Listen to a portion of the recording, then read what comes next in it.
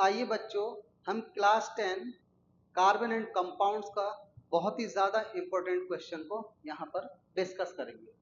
तो इस क्वेश्चन में आपसे पूछा गया है कि आप सैचुरेटेड और अनसैचुरेटेड हाइड्रोकार्बन्स को कैसे पहचानते हैं, और अगर हम अनसैचुरेटेड हाइड्रोकार्बन्स का इनकम्प्लीट कंबशन करते हैं तो क्या होता है। तो सबसे पहले इस क्वेश्चन को हम रीड करते हैं। इस क्वेश्चन में पूछा है अ कलरलेस गैस एक्स आपको दे रखी है। इस कलरलेस गैस एक्स का आपको फॉर्मूला भी दे रखा है, मॉलिक्यूलर फॉर्मूला। तो ये कह रहे हैं it decolourises bromine water. Bromine water को ये गैस डीकलराइज कर देती है। Right the chemical name of x. तो आपसे इस एक्स का केमिकल नेम पूछा गया है। एक बात आपको ध्यान रखनी है कि अगर हम ब्रोमीन वाटर टेस्ट करते हैं तो ब्रोमीन वाटर टेस्ट सिर्फ और सिर्फ अनसैचुरेटेड हाइड्रोकार्बन्स देती है। तो इस बात से हमें यह तो क्लियर हो गया होगा कि ये जो एक्स है ये एक अनसैचुरेटेड हाइड्रोकार्बन है।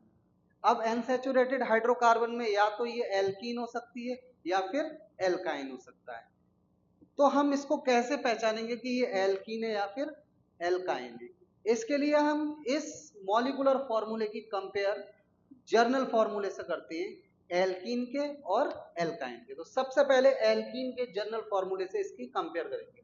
तो एल्कीन का जर्नल फॉर्मूला होता है CnH2n। तो आप देख लीजिए इस जर्नल फॉर्मूले में जो हाइड्रोजन के एटम है वो कार्बन के एटम के डबल है। इस जनरल फॉर्मूले में हाइड्रोजन के एटम कार्बन एटम के डबल है। जब भी आपको ऐसा दिखाई दे किसी भी हाइड्रोकार्बन के अंदर कि हाइड्रोजन के एटम कार्बन के एटम के डबल हो रहे हैं तो आप कहोगे ये एल्कीन है। मींस अब इसको हम लिखते हैं यहाँ पर C3H6। इस बात से ये तो क्लियर हो गया ये आपकी एल्कीन है। अब एल्कीन मींस अगर ईन आया है, यहाँ पर ईन आया है मींस यहाँ पर कार्बन कार्बन के बीच डबल बॉन्ड होगा। ठीक है, तो इस मॉलिक्यूलर फॉर्मूले का या इस एक्स का जो केमिकल नेम होगा वो आपका हम कैसे लिखेंगे देखना। इसके अंदर कितने कार्बन है, 3 कार्बन है। 3 कार्बन के लिए हम वर्ड रूट लेते हैं प्रोप। 3 कार्बन के लिए वर्ड रूट हो गया आपका प्रोप, और कार्बन कार्बन के बीच यहाँ पर डबल बॉन्ड है तो इसके आगे हम लगा देंगे ईन। इस तरीके से ये बन जाएगा आपका प्रोपीन। तो हम ये बोल सकते हैं ये जो आपकी कलरलेस गैस एक्स है वो प्रोपीन है। ठीक है बच्चों, पहला क्वेश्चन आपका कंप्लीट होता है। दूसरा क्वेश्चन देखते हैं। Unsaturated hydrocarbon gives a yellow flame with lot of black smoke when burn in oxygen. Give reason.